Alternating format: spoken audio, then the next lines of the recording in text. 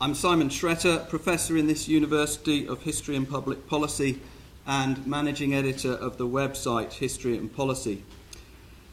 As we've heard in various ways from previous speakers, history is really a critical, a reflexive dialogue between past and present, and our first speaker gave us such a dialogue in relation to the university and politicians' understandings of the university and our own understandings of it. I think that what I'm talking about is what I'm going to focus on is economic, social, and cultural history, because that's what I have spent most of my life here in Cambridge teaching and researching and learning. And it's clear to us that history is a dialogue which is not being engaged in by policy makers and politicians in a sufficiently active way. One of the conclusions that we drew from that in our area was to found in 2002 something called the History and Policy website, which now exists with an external relations office, and we have something like 250 professional historians in the network who are available to write policy papers of 4,000 words, summarising their recent research and trying to present it in a way that might catch the eye of policymakers, i.e. bullet points and so on. No footnotes allowed. We have events. We have 110 of these policy papers ranging from, for instance, issues in foreign policy, Iran and Iraq, and recently a piece on the Lotus Revolution in Egypt, to, of course, domestic policies like the health policy, a recent one last month on a Conservative government, coalition government plans for health, putting them in the context of the NHS over the last 50 years. So a great range of policies. We have now over 100 press articles and broadcast interviews that have been created over the last 4 or 5 years since we've been funded philanthropically, and we have about 1,500 subscribers. So it's a platform attempting to get the fruits of academic research out there into the public discourse and trying to get it in front of policy makers. And we have an external relations officer to organise events, because of course just publishing these things is a great start, but actually you need to phone up, you need to bully and cajole, and you need to arrange events. And we've been quite successful in a brief way, in a starting way, in getting those things going. But undoubtedly, I think we need more activity of this kind in the arts and humanities, and I would encourage people to take a look at the History and Policy website and think about what, in their own disciplinary field, they might perhaps be able to do in emulating this kind of activity. It's not easy, and we're philanthropically funded, and we spend a good deal of our time chasing money, but it does work.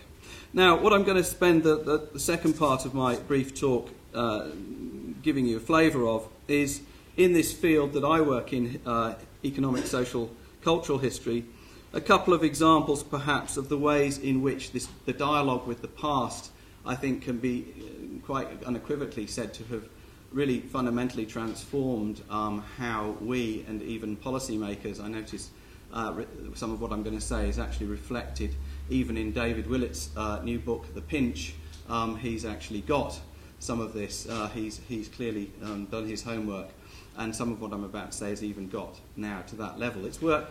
The first example I'll give is work that's evolved over the last 30 years, which much of it done here in Cambridge by the Cambridge Group for the History of Population, which has actually really completely changed our understanding of that great event, the Industrial Revolution, the origins of modernity and its relationship between economic growth and social and political institutions.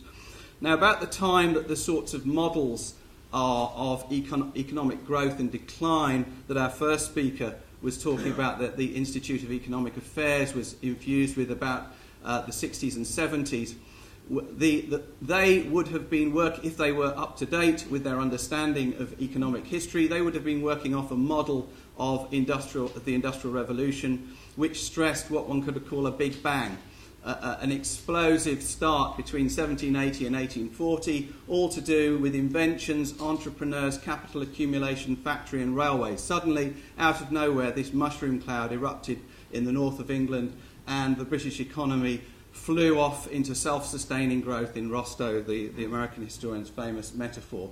And that was the kind of understanding of how economic growth happens, which dominated our literature and our economic assessments and development work, that capital accumulation was crucial and you must devote enormous efforts to that. And certainly leaders from Stalin through to Nairi and in the West as well were obsessed with this kind of view.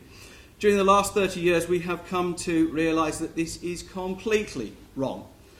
Important, painstaking new research conducted over 30 years, crunching away with parish registers. In this country, we are fortunate we've got hundreds and hundreds of parish registers that survive, so that we have a much better understanding of the population dynamics of this country between 1540 and 1870 than any other country in the world at the moment, although other countries are now emulating this. And we now understand that an awful lot of what we thought was the sequence back in the 50s and 60s and 70s is completely the other way around. We have, instead of a big bang, we have a very long drawn-out process.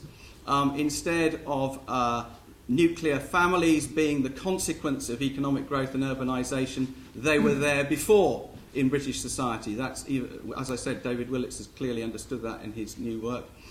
Most importantly, something that was viewed as the great luxury that you get at the end of the process of economic growth, the welfare state, the thing that the West finally gifts itself in the 1940s and 50s. We now realise that the welfare state was there for 200 years before the Industrial Revolution. The poor law operating in every parish, keeping the English population uniquely free from famine. The only population in the world at that time that did not suffer famine because of this welfare state. And I can see that I'm running out of time, so I'm not going to give you my second example, but that's a good enough one for you to be thinking about, that development people now are working on ideas of social protection for the poor in Africa because they've begun to realise that actually these institutions are not the product of economic growth, they could well be the sources of it. Thank you very much.